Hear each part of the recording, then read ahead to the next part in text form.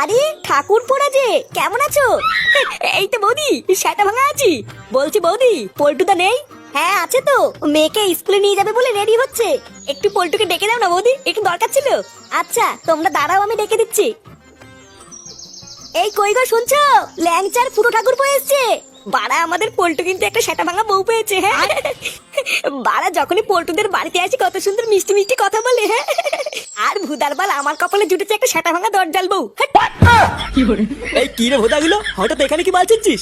বলছি পল্টুদা, তুমি ক্লাবের দিকে যাবা না? আমি আর ফুটো তো সেই সকাল থেকে ক্লাবে বসে আছি, আজকে ফটকেও আসিনি, তাই ভাবলাম তোমাকে একটু ডেকে নিয়ে যাই। না রে, এখন আর ক্লাবের দিকে যাওয়া হবে না, মেয়েকে স্কুলে দিয়ে একটু বাজারের দিকে যাব।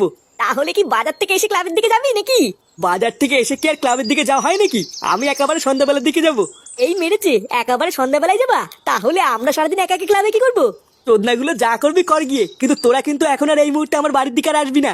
ওদা আমি এখন এমনিতেই বাড়িতে থাকবো না, বউ একা থাকবে, তোদেরকে দিয়ে কোনো বিশ্বাস নেই।